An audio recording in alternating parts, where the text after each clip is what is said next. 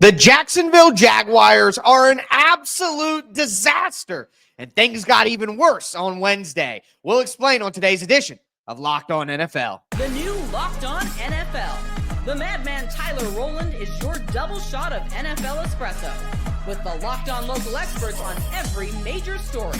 Get ready, Rowland is revving up. The new Locked On NFL starts now. Locked On Podcast Network. Your team every day.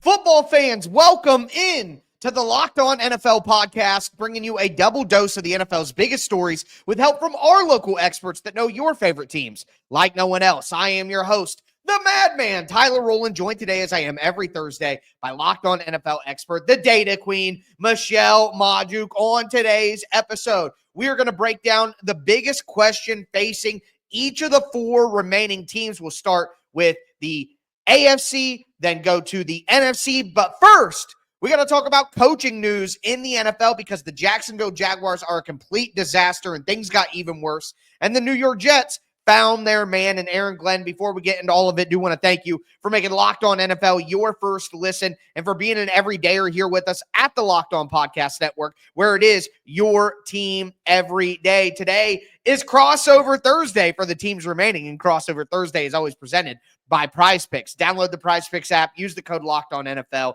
to win $50 instantly when you play $5. Things were crazy for the Jaguars on Wednesday.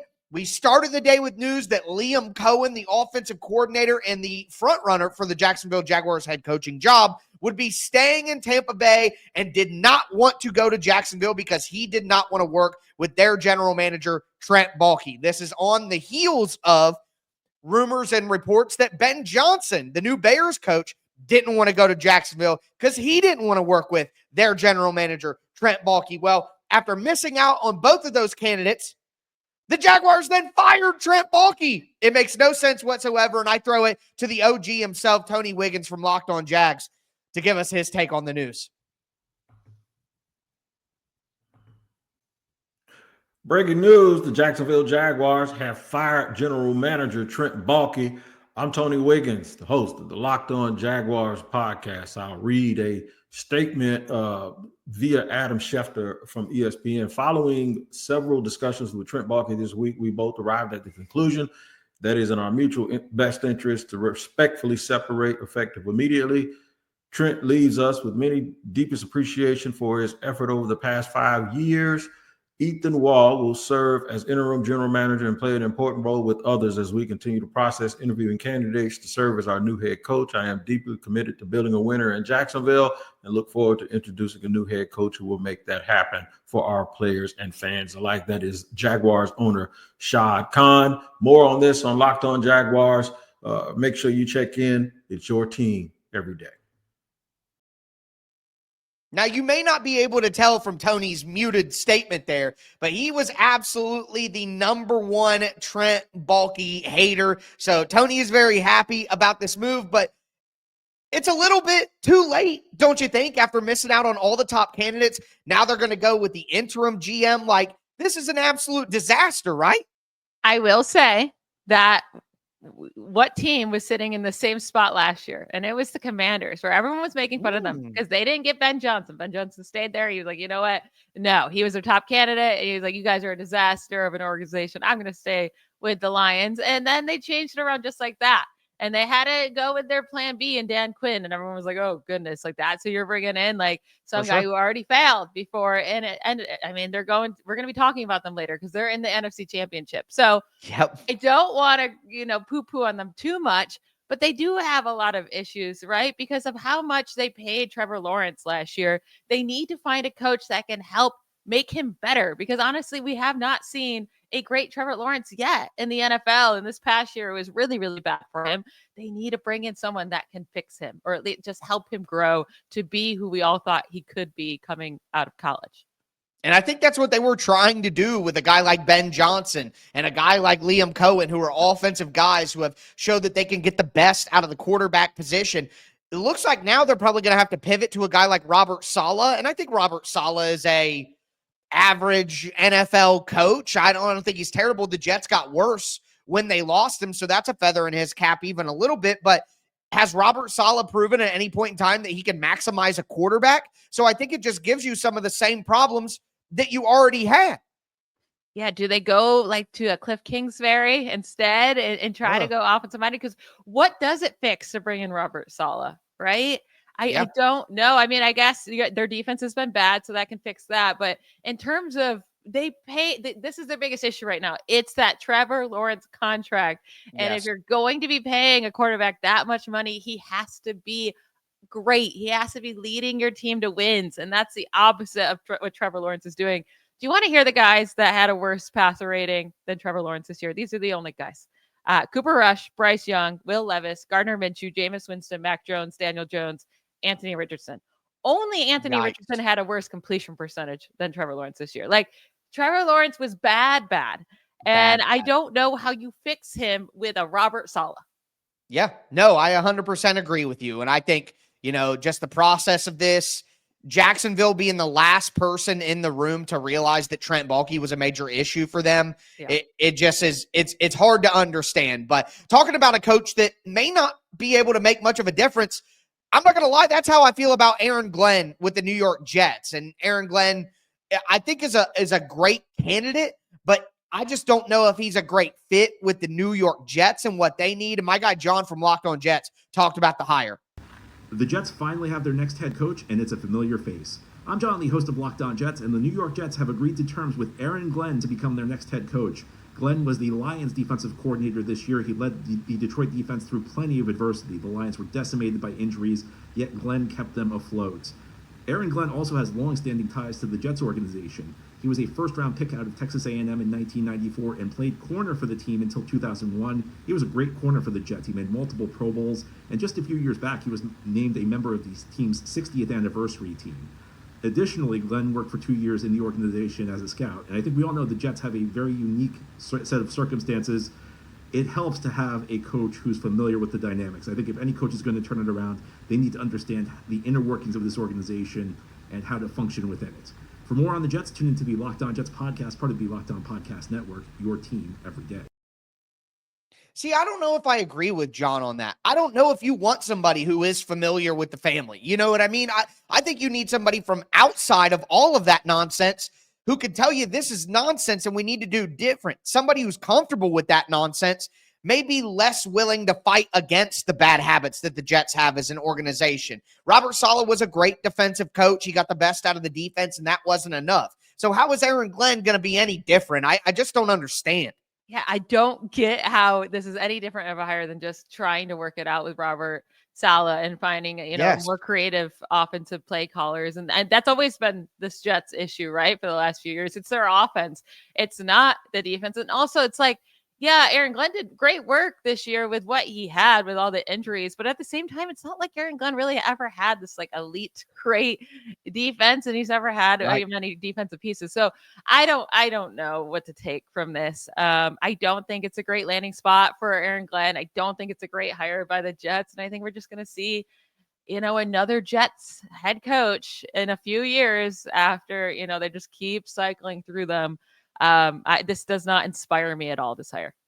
Yeah, it just feels like a new version of Robert Saleh at the end of the day. But with that being said, let's talk about some good teams that aren't disasters. Conference championship weekend right ahead. It's Locked On NFL, part of the Locked On Podcast Network, your team every day. Today's episode is brought to you by Talkspace. Therapy is a game changer. It can help manage stress, improve sleep, communicate more effectively. But finding the right therapist and fitting sessions into a busy schedule can be a challenge. That is where Talkspace comes in. Talkspace, the leading virtual therapy provider, makes getting the help you need easy, accessible, and affordable. With Talkspace, signing up is simple. You can match with a licensed therapist who fits your needs, usually within 48 hours, and it's convenient. You can have sessions from the comfort of your home and even message your therapist in between appointments. Plus, Talkspace is covered by many insurance plans. For most insured members, there's a $0 copay. It's never been easier to prioritize your mental health. Make sure, as a listener of this podcast, that you get $80 off your first month with Talkspace when you go to Talkspace.com/LockedOnNFL and use the promo code SPACE80 to match with a licensed therapist today. Go to Talkspace.com/LockedOnNFL and use the promo code SPACE80 to get $80 off your first month and show your support for the show. That's Talkspace.com/LockedOnNFL, promo code SPACE80. All right, Michelle, let's continue today's edition of Locked On NFL, talking about some of these crazy coaching stories that are coming out here. It's that time of year, of course, but it's also that time of year for some of the best football games that we're going to see, and we got two of them ahead. We'll start with the big matchup in the AFC between the Kansas City Chiefs and the Buffalo Bills. And one big advantage that the Kansas City Chiefs have here is their experience in these situations. And our guys at Locked On Chiefs talked about that. Hey, it's a normal week this week.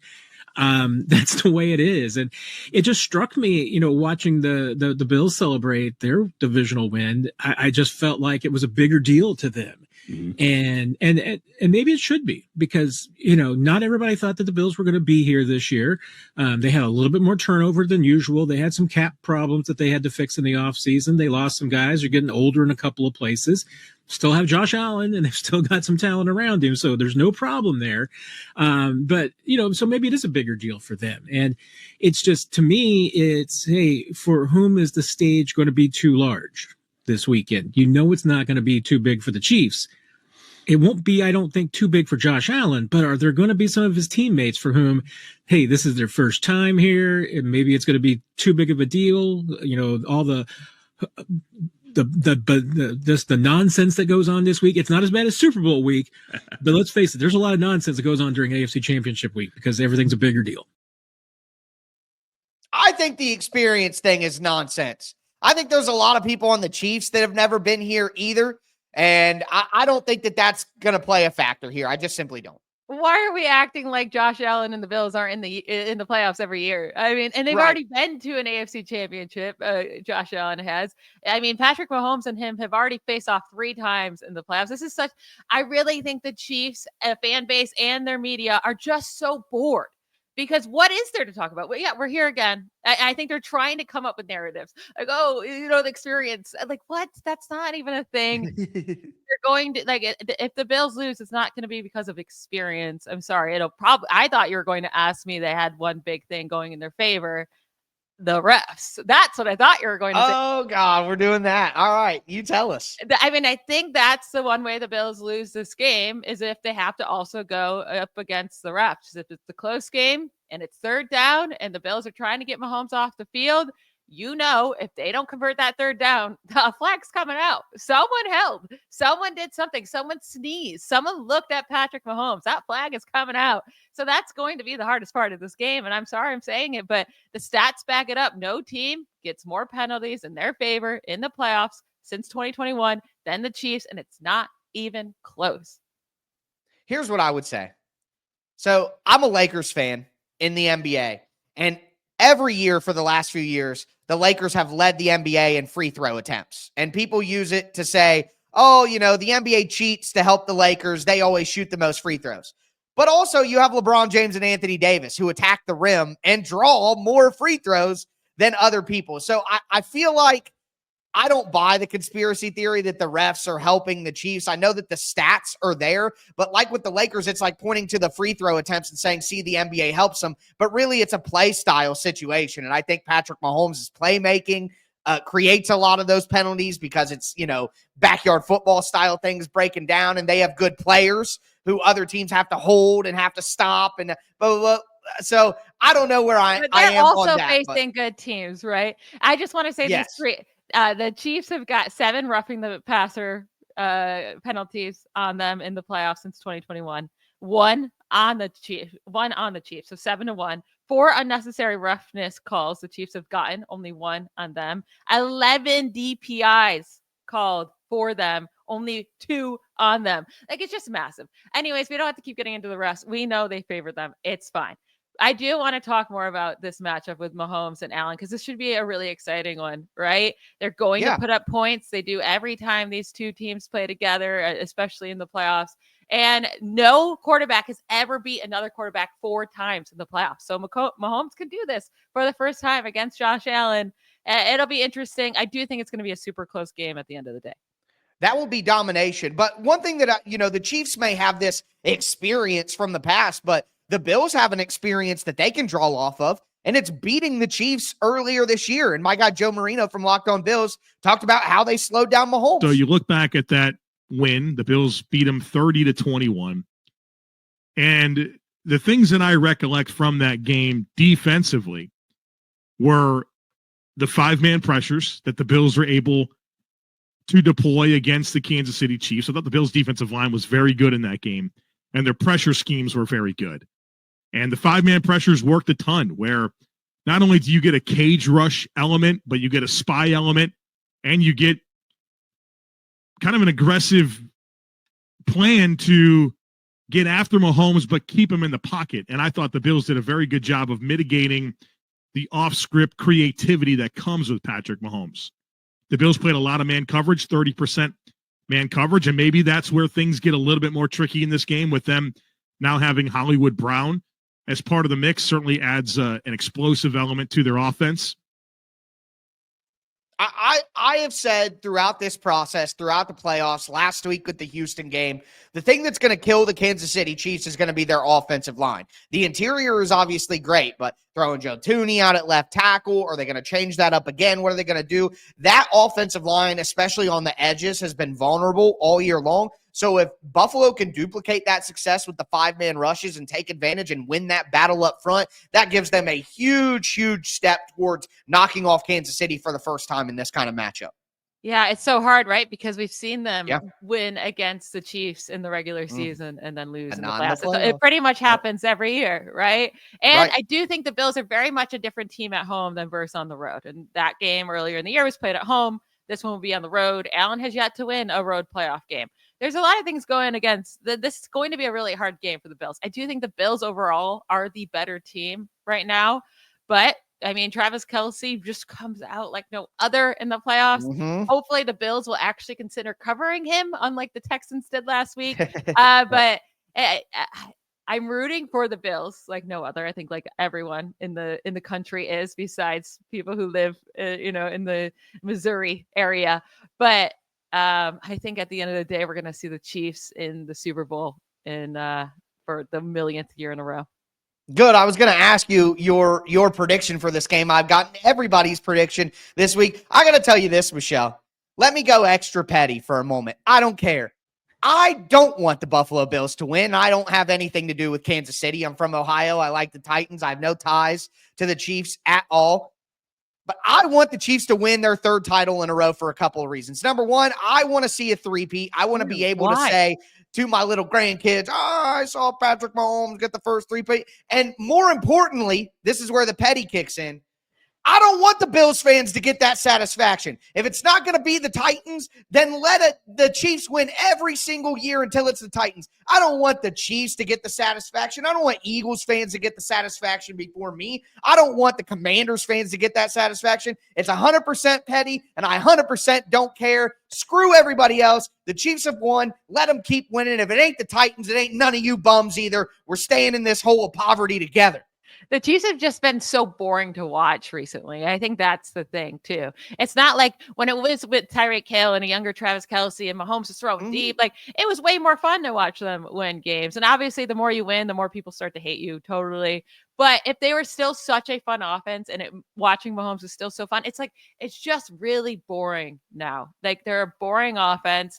And then every single time they get stopped, like I said, on 3rd down, you just know a flag is coming out. So they're so predictable. Like, it's so predictable of what's going to happen. And I just want a more fun Super Bowl than watching the Chiefs. The Chiefs-Eagles would be maybe the most boring Super Bowl this year ever. Like, 2 offenses that are just not super fun to watch against 2 good defenses. I don't want to see that. Give me Josh Allen and Jayden Daniels. How fun would that be? Give me the defense, baby. Let's go. Old school football caveman. Yes. But With that being said, let's transfer over to that NFC matchup here because the quarterback battle is maybe the most interesting aspect of the game. Do want to let you know that today's episode is brought to you by FanDuel. From the first whistle to the final drive, FanDuel makes the NFL playoffs even more exciting. And right now, new customers can bet $5 and get $300 in bonus bets if you win your first bet. That's $300 to keep the action going. The FanDuel app is easy to navigate. There's a variety of bets to keep every game exciting. Plus, when you win, you get paid instantly. No waiting around for your winnings, whether you're betting on your favorite team or you're just looking to add some extra excitement to the playoffs. FanDuel has you covered. There you go, Michelle. If you think the Chiefs are boring, get a little action on FanDuel, spice up some of those games. But I know that on tomorrow's show, me and Ross, the mastermind, are going to be giving you our best bets. You need to take that information and visit FanDuel.com to join today. Get started with $300 in bonus bets. That's FanDuel.com. Make this playoff season unforgettable with FanDuel, an official sportsbook partner of the NFL. All right, Michelle, let's cap off today's edition of Locked On NFL. We talked about the coaching situations, the Jags disaster going on, and then the Jets going with Aaron Glenn. Talked about the Chiefs against the Bills, but now moving to the NFC. Before we dive in, I want to thank you again for making Locked On NFL your first listen each and every day. Make sure that you get subscribed, stay subscribed, and make sure that you check out the afternoon edition of Locked On NFL with Tony Wiggins in the barbershop. Obviously, he covers the Jacksonville Jaguars, and he'll probably have a lot to say about what's going on over there. But do want to talk about the Eagles here because somehow throughout the season, no matter how many games they win, no matter how good they look, no matter how far they go, their fans are never happy. And this week, Eagles fans are fighting about Jalen Hurts and how good Jalen Hurts is and what he's going to do. And my guy Louie from Locked On Eagles, he's just sick of it. The second time in 3 years that the Eagles have made the NFC title, the Final Four, with Jalen Hurts as the quarterback. And yet, this, what I see now is counterproductive, a useless debate about Jalen has continued this week after his performance against the Los Angeles Rams in the divisional round. And both extreme sides of this debate are wrong. Like the defenders that say Jalen is this player all the way over here, you're wrong. The critics that say Jalen Hurts is this player all the way over here, you're wrong. There is an unsexy middle ground about Jalen Hurts that for some reason people just cannot come to accept. But now that the Eagles are in the Final Four, I'm sick of talking about it. Like I can't have this debate anymore because I have come to an acceptance with Jalen of who he is as a player that I think others haven't. Like, yes, is he playing a conservative, safe brand of passing on purpose so the defense and the run game can carry so he doesn't turn the ball over? Absolutely. Are the coaches telling him to do that? Absolutely. Can the Eagles win a championship with the majority of the time those two strengths carrying you this year? 100%. They've proven that it can get you to the NFC Championship. Why can't it win you 2 more games? It can. Do you think that the Eagles can win 2 more games and win the Super Bowl with Jalen Hurts playing at the level that he's at right now? I definitely think they can. Their defense is good. Their Saquon Barkley is on fire. And I think he's right about Jalen Hurts. Like, he is playing it safe, but that's okay. Like, we saw the Lions just lose last week because they were not playing it safe. Jared Goff was putting the ball into trouble, turning it over. Then Jameson Williams throws an interception, right? Because they decide to pass with him. They did not play. Yeah, they did not play in a way that I think if they played it more safe and just ran the ball more and played, obviously the Lions didn't have the defensive pieces to play better defense.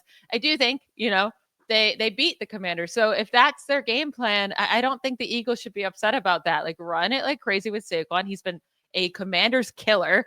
Play good defense, or at least try to, against Jayden Daniels, and make sure Jalen Hurts doesn't turn over the ball. I think that's a fine game plan. Yeah, I think because people want to see football played a certain way, that the idea is without a Jayden Daniels level player or Patrick Mahomes or whatever, that you can't win the Super Bowl. And I just think it's much more complicated than that with how important the entire team is. Obviously, an elite quarterback that can play elite football really gives you a better margin for error quite honestly, and teams that don't have that have a lower margin for error. Like, the Trent Dilfer led Baltimore Ravens, or the Brad Johnson led Tampa Bay Buccaneers, or the Nick Foles led Philadelphia Eagles. Like, their margin for error is certainly slimmer because they didn't have elite quarterback play, but the nature of football is it is the ultimate team game. So if you are good enough in other places, you still have the chance to win. And I think Jalen Hurts may not be the elite quarterback that Eagles fans were hoping that he could be, or maybe he showed flashes up early, but with the rest of their team set up the way that it is and how strong the roster is,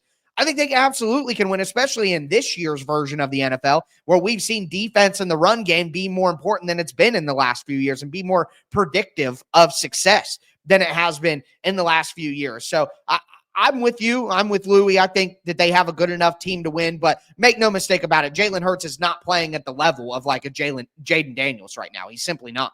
And I will say, like, I do think Jalen Hurts is above average quarterback, and he's going, like, if this is not his best year, that's for sure. But he's also capable of having elite games. I mean, no one's going to be surprised. They shouldn't be if he comes out and has a fantastic game against the Commanders and, goes on this run to have 2 great games. He has that in him for sure. We've seen elite stretches by him. I mean, the Super Bowl he lost, elite game, right? He made one mistake. That was the difference in the game, but my goodness, he was so good in that game. So he definitely has the capability to be elite. Just this year, he's kind of average with a handful of above average games in there and some below average. But I don't want to poo-poo on. That's the second time I said poo-poo today. I don't normally say that on Jalen Hurts too much. But Jayden Daniels right now is just playing out of his mind. So Hurts is going to have to step it up, because I don't think this Eagles defense is going to be able to keep Jayden Daniels controlled, because the way Jayden Daniels is playing as a rookie in these postseason games on the road, I mean, it's something we literally have never seen before.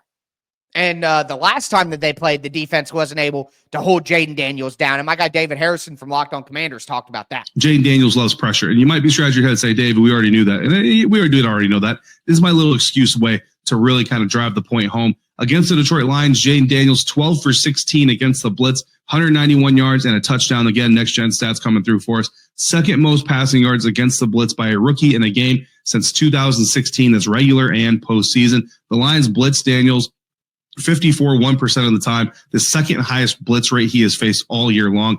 He has a 114.7 passer rating in the regular season against the blitz. So you blitz Jayden Daniels at your own peril. Now, the Philadelphia Eagles blitz Jayden Daniels 12.5% of the time in week 11, not very much, but then they ramped it up to 35.6% in week 16. They sacked him 4 times total, 3 in the first game where they didn't blitz him hardly at all, once in the game where they blitzed him, 35% of the time, over 35% of the time. So what do I anticipate from Vic Fangio this week? Probably somewhere more in the range of like 22% blitz packages, right? You're not going to go all the way back down, but you're certainly not going to stay up there because Jayden Daniels is going to pick you apart. I think one thing that could swing that, though, is Samuel Cosmi, who is a fantastic interior offensive lineman for the Commanders, was injured last week, and he's out for the rest of the year. I think he tore his ACL. So they're going to be missing some pieces up front. This really is a great quarterback versus great roster situation. Michelle, what's your final thoughts on this game? Who do you think is going to win? So this is the thing. I think people are going to point to that Washington beat the Eagles last time, but the Eagles had pretty good control over that game, and it was against Kenny Pickett too, and then they fell apart at the end. I want to say Commanders so bad, but I'm going to stick with the Eagles. I think we're going to see the very boring Super Bowl of the Chiefs and the Eagles. I'm with you there. I will tell you this, though.